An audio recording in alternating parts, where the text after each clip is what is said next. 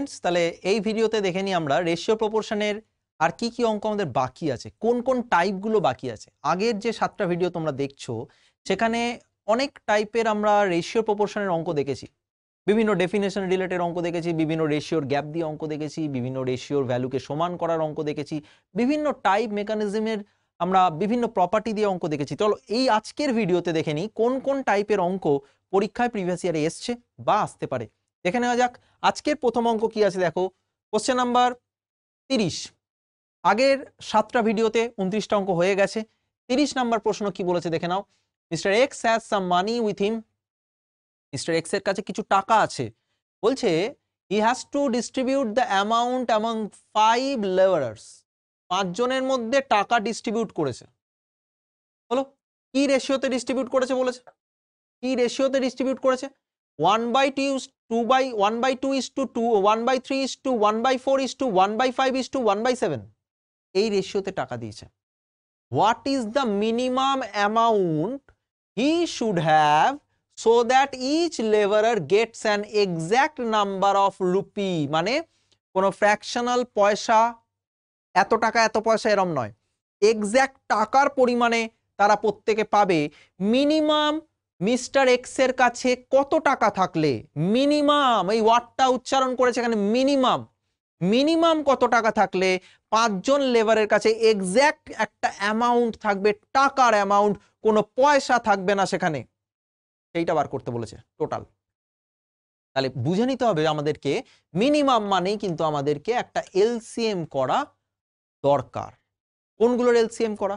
যে রেশিওটা তোমাকে দেওয়া আছে 1/2 is to 1/3 is to 1/4 is to 1/5 is to 1/7। প্রথমে আমাদের কি করতে হবে? 2, 3, 4, 5, 7 এদের আগে এলসিএম করতে হবে। এদের আগে এলসিএম করতে হবে। 5 এটা 4 20, 3 60, সাথে 420, এলসিএম হচ্ছে 420। এবার কি করতে হবে? প্রতিটা ফ্র্যাকশনকে ওই 420 দিয়ে গুণ করতে হবে। প্রতিটা ফ্র্যাকশনকে 420 দিয়ে গুণ করতে হবে। তাহলে প্রত্যেকটা লেবারের এক্স্যাক্ট অ্যামাউন্ট বা নাম্বার অফ রুপি আমরা দেখতে পাবো। কিরম ভাবে দেখে নাও। 1/2 × 420, প্রথম জনের টাকা এটা। তার মানে কি প্রথম জন তার মানে টোটাল ধরো 420, এখানে এলসিএম তার হাফ টাকা ওর কাছে আছে এই রেশিওতে, এরম ভাবে 1/2 × 420। তারপরে কি 1/3 × 420, এটাকে আমরা এলসিএম এর দিয়ে সবকটা গুণ করছি। তারপর 1/4 × 420, তারপরে 1/5 × 420, and last one 1/7 × 420। হলো? তাহলে প্রত্যেকের আমরা টাকাটা রেশিওতে একটু নর্মাল সংখ্যার রেশিওতে দেখে নিই। এটা ফ্র্যাকশনে আছে, ফ্র্যাকশনে কিন্তু আমাদের হিসেবটা করা যায় না। রেশিওতে আমাদের ফ্র্যাকশনকে নর্মাল নাম্বারে নিয়ে আসতে হয়। মিনিমাম 210, এটা 2 দিয়ে কাটলে, এটা 3 দিয়ে কাটলে 140। আচ্ছা রেশিও করি, পরে আমি যোগ সাইনটা দেব। আগে রেশিওতে দেখাই জিনিসটা কি দাঁড়াচ্ছে। 140, 3 14 42, তারপরে কি আছে 4 105 হচ্ছে 420, তারপরে কি আছে 5 দিয়ে কাটো 84, তারপর কি আছে 7 দিয়ে কাটো 60। তার মানে আমি বলতে পারি এই রেশিওতে টাকা আছে। এটাই মিনিমাম, এরপর তুমি কাটতে পারবে না, এরপর তুমি একটাকেও আর কাটতে পারবে না, মানে সেম নাম্বার দিয়ে তুমি আর কাটতে পারবে না। That is the minimum ratio value. হলো? তাহলে আমরা কি করব, কত টাকা মিস্টার এক্স এর কাছে আছে মিনিমাম অ্যামাউন্ট পেতে গেলে এই প্রত্যেকের যে টাকাটা, যেটা একদম লোয়েস্ট রেশিও, সেই প্রত্যেকের রেশিওর ভ্যালুগুলোকে আমরা যোগ করব। 210 প্লাস 140 প্লাস 105 প্লাস 84 প্লাস 60, 210, 140, 105, 84, 60 যোগ করলে 599 আসে। তাহলে এই টাকাটা আমরা দেখতে পাচ্ছি অপশন সিতে আছে। এই টাকাটা ওর কাছে ছিল, যেটা 5 জনের মধ্যে এই রেশিওতে ভাগ হয়েছে। তোমাকে এই রেশিওটা বলে দেয়নি, তাহলে তো তুমি রেশিওটা যোগ করলে অ্যান্সারটা খুব সহজে পেয়ে যাবে। তোমায় কি বলে দিয়েছে? তোমাকে ইনভার্স রেশিও করে দিয়েছে, দ্যাট ইজ ফ্র্যাকশনের রেশিওতে দিয়েছে, যাতে তুমি ফ্র্যাকশন থেকে এই এলসিএম করে নর্মাল নাম্বারে নিয়ে আসো। এইটুকুটাই হচ্ছে তোমার অঙ্ক। এইটুকুটাই হচ্ছে তোমার এই অঙ্কের পদ্ধতি। জাস্ট তোমাকে ফ্র্যাকশনাল রেশিওকে নর্মাল নাম্বারে নিয়ে এসে দেন সবকটা যোগ করলে তুমি অ্যান্সারটা পাবে। ওটাই হচ্ছে মিনিমাম ভ্যালু। আর মিনিমাম ভ্যালু বলে দেওয়া মানে এলসিএম করা, আর মিনিমাম ভ্যালু বলে দেওয়া মানে তুমি এলসিএম করে যখনই এটাকে নর্মাল সংখ্যায় নিয়ে যাবে এরপর এটা আর কাটা যাবে না, কারণ তুমি তো মিনিমাম করেই ওটাকে নিয়ে এসছো, তার আবার কি মিনিমাম করবে, তাই জন্য আর কাটা যাবে না। তাই আলটিমেটলি এই সবকটা যোগফলই হচ্ছে তোমার অ্যান্সার। মিস্টার এক্স এর কাছে 599 টাকা আছে, অপশন সি।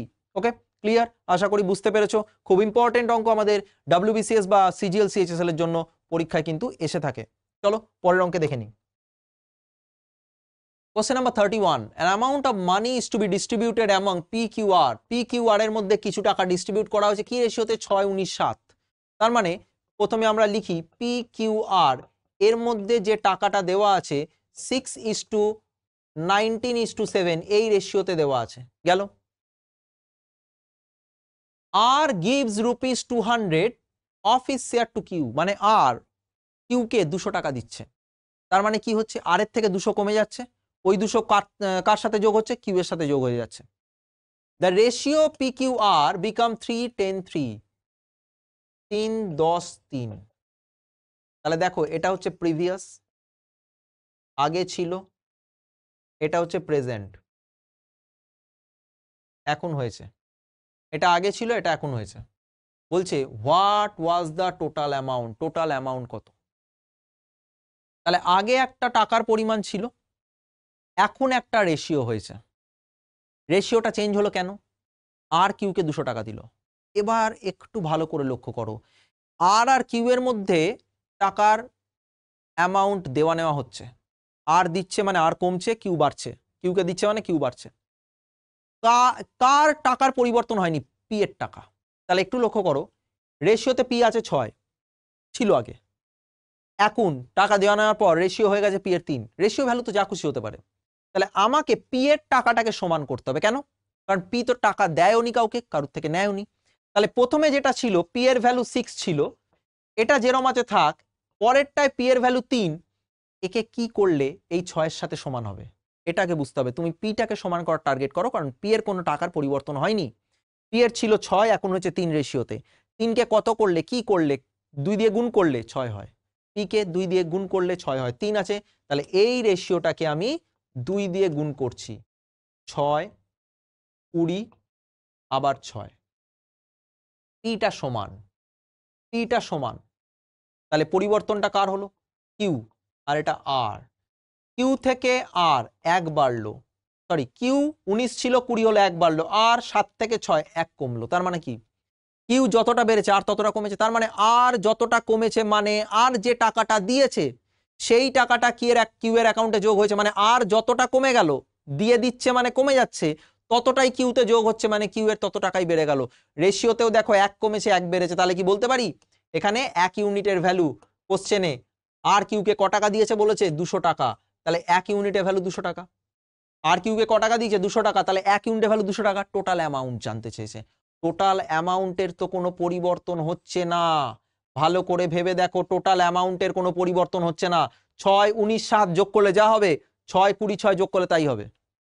6, 19, 7 যোগ করলে যা হবে, 6, 20, 6 যোগ করলে তাই হবে। তাহলে টোটাল অ্যামাউন্ট আমি যে কোনো একটা করব। 6, 20, 6 যদি যোগ করি, 32 ইউনিটের ভ্যালু কত? 200 ইন্টু 32, 200 ইন্টু 32, 6400 টাকা। এটা হচ্ছে টোটাল অ্যামাউন্ট। অ্যান্সার হচ্ছে অপশন এ, 6400 টাকা। আগে টোটাল অ্যামাউন্টটার পরিবর্তন হয়নি। অঙ্কটার মেন কনসেপ্ট এখানে টোটাল অ্যামাউন্টের পরিবর্তন হয়নি। আগে যে টাকাটা ছিল, যে রেশিওতে ভাগ হচ্ছিল, পরে সেই টাকাই অন্য রেশিওতে ভাগ হচ্ছে। কেন? কারণ আগে যে টাকাটা ছিল, যে রেশিওতে ভাগ হলো, প্রত্যেকের ভাগের মধ্যে কিউ নিজের ভাগ থেকে 200 টাকা বা আর নিজের ভাগ থেকে 200 টাকা কিউকে দিল। তাহলে কি টোটাল অ্যামাউন্ট তিনজনের আগে যা ছিল তাই থাকলো, নিজেদের মধ্যে টাকাটা কম বেশি হয়েছে, এর বেশি কিছু হয়নি।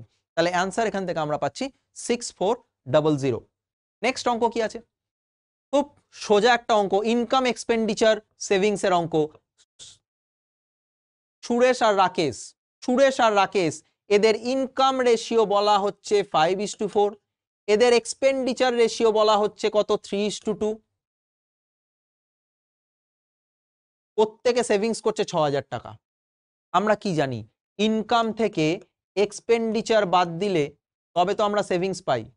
ইনকাম থেকে এক্সপেন্ডিচার বাদ দিলে তবে তো আমরা সেভিংস পাই। একটু লক্ষ্য করো, সেভিংস সুরেশের ইনকাম 5 এক্সপেন্ডিচার 3 বিয়োগ করলে সেভিংস 2, রাকেশের ইনকাম 4 এক্সপেন্ডিচার 2 বিয়োগ করলে সেভিংস কত 2, তাহলে দুজনেরই তো সেভিংস 2, সুরেশেরও সেভিংস 2, রাকেশেরও সেভিংস 2, এটা হলো সেভিংস এর রেশিও। এবং একটা জিনিস ভালো করে লক্ষ্য করো, এখানে 600 টাকা 6000 টাকা প্রত্যেকে সেভ বলা আছে, তার মানে আমি বলতে পারি 2 ইউনিটের ভ্যালু হচ্ছে 6000। যার ক্ষেত্রেই তুমি ধরো না কেন, সুরেশের ক্ষেত্রেও ধরো 2 ইউনিট 6000, রাকেশের ক্ষেত্রেও ধরো 2 ইউনিট 6000, তাহলে 1 ইউনিটের ভ্যালু কত? 2 ইউনিটের ভ্যালু 6000 হলে 1 ইউনিটের ভ্যালু 3000। প্রশ্ন চেয়েছে সুরেশের ইনকাম, সুরেশের ইনকাম মানে কোন রেশিওর ভ্যালুটা? 5। তাহলে সুরেশের ইনকাম মানে 5 ইউনিটের ভ্যালু কত? 5 ইন্টু 3000 মানে 15000। তাহলে খুব ইজিলি আমরা পেয়ে যাচ্ছি সুরেশের ইনকাম, অপশন এ অ্যান্সার 15000। তোমায় যেটাই বার করতে দিকে এখান থেকে পাবো। আর বা রাকেশের ভ্যালু যদি বলে রাকেশের ইনকাম 4 মানে কত? তখন হয়ে যেত 12000। যদি বলে সুরেশের খরচ কত? 3 মানে কত? খরচের রেশিওতে 3 আছে, 3 মানে হতো 9000। যদি বলে রাকেশের খরচ কত? 2 আছে এক্সপেন্ডিচারে, রাকেশের ভ্যালু 2 আছে রেশিওতে, 2 মানে কত? হয়ে যেত 6000। তাহলে খুব ইজিলি আমরা ডিফারেন্স করে, ইনকাম এক্সপেন্ডিচারের ডিফারেন্স দুটোই সমান আসছে, দুটো সমান মানে তোমাকে এখানে বুঝিয়ে দিয়েছে প্রত্যেকে 6000, তাই দুটো সমান মানেই হচ্ছে 6000। ওখান থেকে আমরা ইন্ডিভিজুয়াল প্রত্যেকের এক্সপেন্ডিচার বা ইনকামটা বের করতে পারি। খুব ইজি একটা অঙ্ক, আশা করি ক্লিয়ার হয়েছে তোমাদের। চলো পরের অঙ্কটা দেখে নিই কি আছে। সবকটা অঙ্ক কিন্তু পরীক্ষায় আসছে, মোস্ট ইম্পর্টেন্ট অঙ্ক, পরীক্ষায় অনেকবার এসছে, আমাদের WBCS বা SSC CGL CHSL এ অনেকবার এসছে। দেখে না অঙ্কটা কি বলেছে। 6 লিটার একটা পাত্র থেকে তোলা হচ্ছে, যে পাত্রে ওয়াইন ভর্তি আছে, 6 লিটার তোলা হচ্ছে। Then it is filled with water, মানে 6 লিটার তুলে নেওয়ার পর 6 লিটার আবার জল ঢালছো। 6 litre of mixture R drawn. এবার বোঝো, একটা পাত্রে প্রথমে পুরোটাই ভর্তি ওয়াইন ছিল, সেখান থেকে 6 লিটার ওয়াইন তুললে। 6 লিটার ওয়াইন তোলার পর পাত্রে যে জায়গাটা ফাঁকা হলো, ওখানে আবার 6 লিটার জল ঢেলে দিলে। এবার ভেবে দেখো, জল ঢেলে দেওয়ার পর ওখানে শুধু ওয়াইন আর থাকলো না, মিক্সচার হয়ে গেল। মিক্সচার হয়ে যাওয়া মানে সেকেন্ড টাইম তুমি যখন তুলবে তখন কিন্তু আর শুধু ওয়াইন উঠবে না, মিক্সচার উঠবে। তাই জন্য লেখা আছে 6 মিটার মিক্সচার আর ড্রন, 6 লিটার মিক্সচার তুললো, and the cask is again filled with water. মানে 6 লিটার মিক্সচার তুললে ওই মিক্সচারের মধ্যে কি উঠেছে? ওয়াইনও উঠেছে, জল উঠেছে। আবার তুমি 6 লিটার জল দিলে, হলো quantity of wine now left in the cask to that of water in the ratio 121:23, how many বা how much does the cask hold. মানে এই দুবার পরিবর্তন করার পর, সাবস্টিটিউশন করার পর ওয়াইন আর ওয়াটারের অনুপাত হচ্ছে 121:23। প্রশ্ন করেছে কতটা ধরে, কাস্কে কতটা ধরে। ফর্মুলা আছে, ফর্মুলা হচ্ছে, ফর্মুলাটা এটা, quantity of initial that is wine, মানে শুরুতে যেটা ছিল, quantity of initial left, formula x into 1 minus y by x whole to the power n। এটা মনে রাখতে হবে এই ধরনের অঙ্কে, কারণ এটাকে যদি আমরা ভেঙে ভেঙে করি অনেকটা বড় হবে, ভেঙে ভেঙে করার দরকার নেই, জাস্ট এটা মনে রাখবে। x কি? x হচ্ছে টোটাল কোয়ান্টিটি, x হচ্ছে টোটাল কোয়ান্টিটি। y কি? y হচ্ছে রিপ্লেস কোয়ান্টিটি। n কি? নাম্বার অফ টাইমস, কবার করা হচ্ছে, সাবস্টিটিউশনটা কবার করা হচ্ছে বার করতে বলেছে।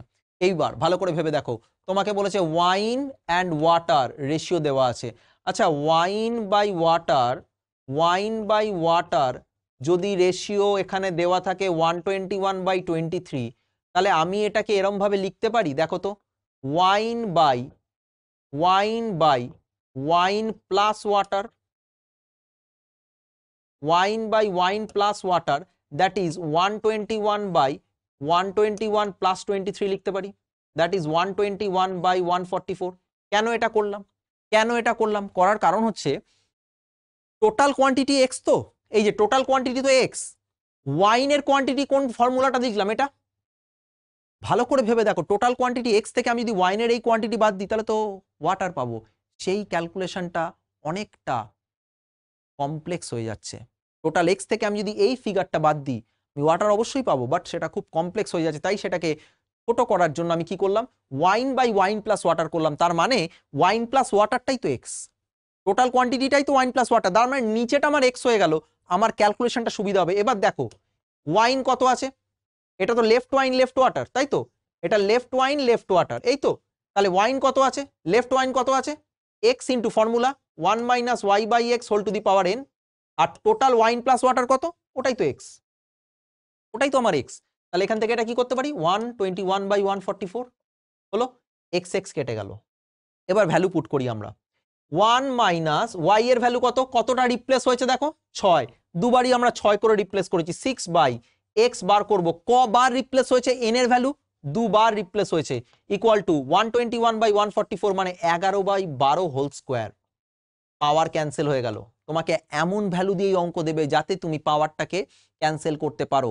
যদি 3 বার হতো তাহলে এখানে কিউবের আকারে ভ্যালুটা দেওয়া থাকতো, যদি 4 বার সাবস্টিটিউট করতে তাহলে এখানে টু দি পাওয়ার 4 এর আকারে ভ্যালুটা দেওয়া থাকতো। তাহলে খুব ইজি আমার এখানে সলিউশনটা চলে এসছে, 1 মাইনাস 6/x দ্যাট ইজ 11/12, এখান থেকে 6/x ইকুয়াল টু 1/12, তার মানে এক্স এর ভ্যালু আমরা পাচ্ছি 12 ইন্টু 6 72 লিটার, কোনাকুনি গুণ করো 12 6 72, option D answer 72 litre total hold করছে ইনিশিয়ালি গ্যাসকে, পাত্রের মধ্যে 72 লিটার ধরে।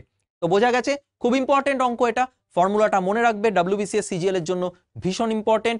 আশা করি অঙ্কগুলো বুঝতে পেরেছো। এরপরে আমরা এজের অঙ্কে চলে যাব নেক্সট ভিডিওতে। লক্ষ্য রাখো এই অঙ্কগুলোকে ভীষণভাবে প্র্যাকটিস করো। Thank you.